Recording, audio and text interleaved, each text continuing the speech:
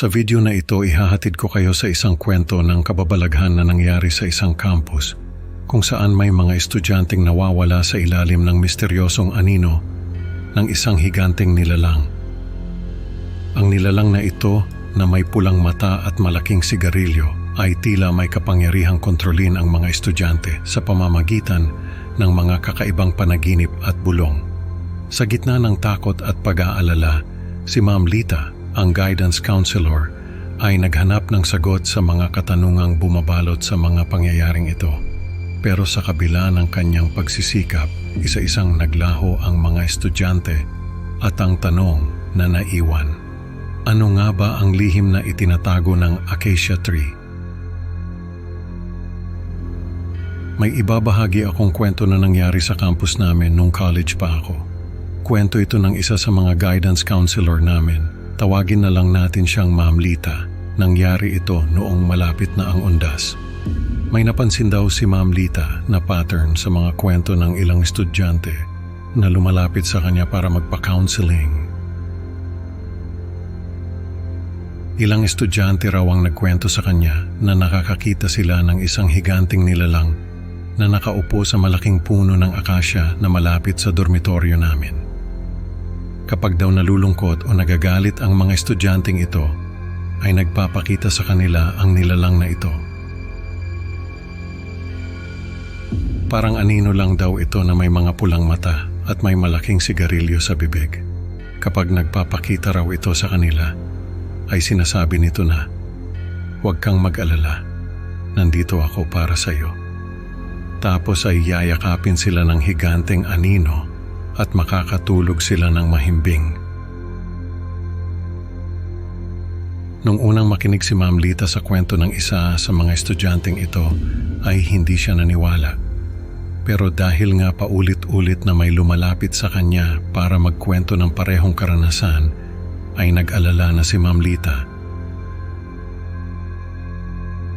Lahat ng mga estudyanteng ito ay nagpunta sa lumang Acacia Tree na iyon, na may masamang reputasyon. Sinasabi ng mga nakakatanda sa amin na may mga espiritu raw na naglalabasan sa tuwing sasapit ang undas. Kaya dapat ay umiwas sa mga puno dahil doon naglalagi ang mga espiritu. Dahil nga sa mga kwento ng mga estudyanteng ito, ay napaisip si Ma'am Lita kung may kinalaman ba sa mga karanasan ng mga estudyante ang sinasabing kapre na nagbabantay sa puno ng akasya. Habang tumatagal ay napapansin ni Ma'am Lita na nagiging malulungkutin ang mga estudyanteng ito. Lagi raw silang tulala at wala sa sarili.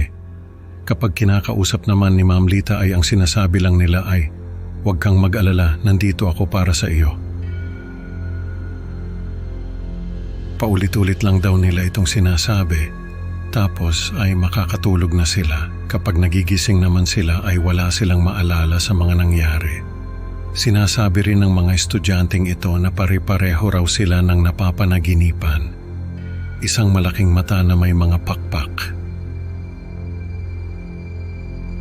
Hindi raw nila alam kung ano ang ibig sabihin ng panaginip na iyon. Pero sa tuwing nagigising sila ay hinahanap nila yung higanteng anino na nagbibigay sa kanila ng ginhawa. Unti-unti ay naglalaho ang mga estudyanteng ito sa mga kakaibang pagkakataon. Kapag daw nag-iisa ang isa sa kanila, ay makikita na lang itong naglalakad papunta sa Acacia Tree. Pagkatapos ay hindi na ito makikita pa. Natakot si Ma'am Lita para sa mga estudyanteng ito. Kaya naman pinagbawalan niya ang mga natitira pa na huwag magpunta sa Acacia Tree. Pero hindi siya pinakinggan ng mga ito. Sa halip ay nagpakita pa ang mga ito ng mga kakaibang ugali. Nagsasalita sila ng mga wika na hindi naman nila alam. Tapos ay parang may ibang nilalang na kumokontrol sa kanila. Dahil sa takot ay nagdasal na lang si Ma'am Lita. Hindi niya alam kung ano ang nangyayari sa mga estudyanteng ito, pero iisa lang ang nasa isip niya. May kinalaman ng kapre sa pagkawala ng mga ito. Nagpatuloy pa rin si Ma'am Lita sa kanyang pagsasaliksik. Kahit na unti-unti nang nawawala ang mga estudyanteng ito, Ang hinala niya ay may isang nilalang na kumokontrol sa mga ito. Kapag nag-iisa raw siya sa opisina niya at kasama ang isa sa mga estudyanteng ito ay nakakaramdam siya ng presensya ng kapre. Amoy na amoy raw niya ang usok ng sigarilyo nito. Tapos ay makikita niya na nagbabago ang anyo ng estudyante. Nagiging maitim daw ang balat nito at nagiging pulang-pula ang mga mata. Magugulat na lang siya dahil sasabihin nito na, "Huwag kang mag-alala, nandito ako para sa iyo."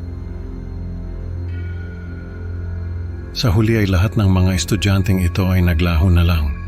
Maliban sa isa na nakapagkwento pa kay Ma'am Lita ng karanasan niya sa kapre na nagbabantay sa acacia tree. Naiwan si Ma'am Lita na nag-iisa sa opisina niya, paulit-ulit na iniisip ang mga nangyari. Nagpatuloy pa rin si Ma'am Lita sa kanyang trabaho sa kolehiyo namin. Pero hanggang sa makagraduate ako ay hindi pa rin nila natatagpuan yung mga nawawalang estudyante. Habang ako naman ay natatakot pa rin sa mga nangyari. Kapag naaalala ko ang kwento ni Ma'am Lita ay hindi ko maiwasang mapatingin sa acacia tree na iyon.